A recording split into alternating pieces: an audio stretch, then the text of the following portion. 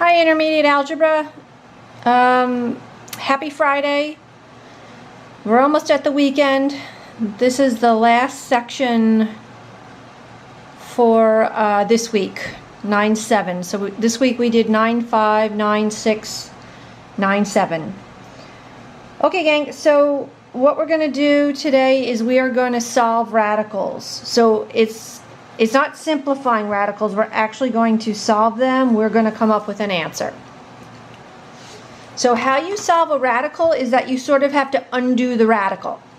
So if I have the square root of x, to get rid of the square root, I have to do the opposite, which is to square. So now the square and the square root cancel each other, and I'm left with x equals 100. So again, how you get rid of a radical is you do its opposite, because a square root's a half times 2 is 1.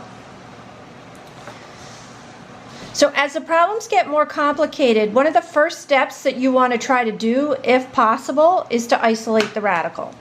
So I'm going to move the 12 to the other side.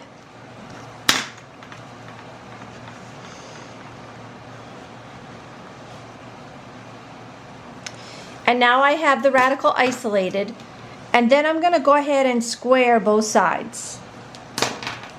So again, the square and the square roots are opposites, so they cancel each other out. And then I just go ahead and isolate the y.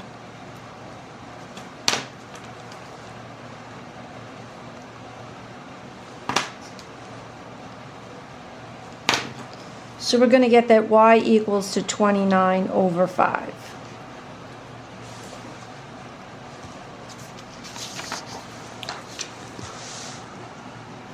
Okay, same idea for the next one. You want to isolate the radical. So to isolate the radical, you're going to move the 10 to the other side.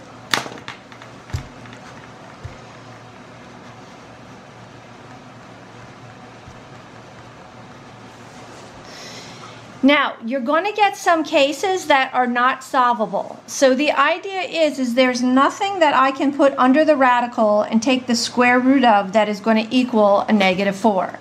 So if this helps, the idea is if I had a positive 16 under the radical, that would come out as a +4. And if I have a negative 16 under the radical, that has no solution. So there is nothing I could put under the radical that would give me out a -4. So this setup is not possible. So we'll say for this that it's no solution. Your book will give you the empty set symbolism. But you could just write no solution. So the idea is that if you have an even index,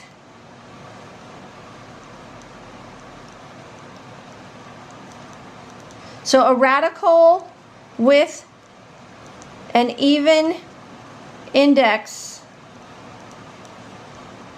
cannot equal a negative output. This is not possible. That case is no solution. So if you have an even index here, it cannot equal a negative output. That's not possible.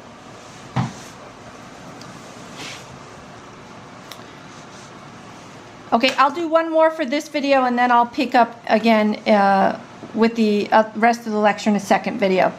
So for this one, the radical's isolated, so I'm just going to go ahead and square both sides. It's already isolated. So when you square both sides, it cancels the radical on this side.